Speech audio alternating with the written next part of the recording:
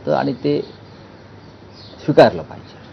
खास करून 111 नंबरच्या वॉर्डमधून धनंजय पिसाळ हे तिथून इच्छुक होते त्यांच्या आणि आता आमच्या सुद्धा अनेक जागा व्यक्तिगत मी काही म्हणत नाही. आता आम्ही ज्या मनसेला जागा दिल्या त्या आमच्या सिटिंग जागा बऱ्याचशा आहेत, किंवा शरद पवार साहेबांच्या पक्षाला आम्ही जागा दिल्या त्या आमच्या सिटिंग जागा आहेत. तिथे आमचे लोक नाराज झाले आहेत ना. व्यक्तिगत कशा करता बोलताय तुम्ही? आमच्याही लोकांमध्ये तिथे अस्वस्थता आहे ना, त्यांची संधी गेली ना.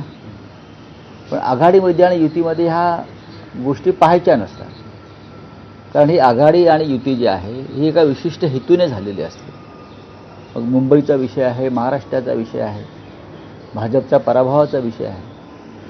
भविष्यामध्ये जेव्हा सत्ता येईल तेव्हा अनेक पदं उपलब्ध होतात. त्याच्यामध्ये या सर्व ज्यांच्यावर अन्याय झाला त्या कार्यकर्त्यांना सामावून घेतलं जाईल, ही आमच्या सगळ्यांची भूमिका आहे.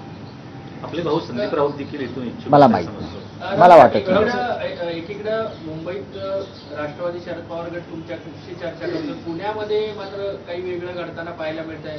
कुठे चर्चा होते अजित पवारांची, शरद पवारांची, बरं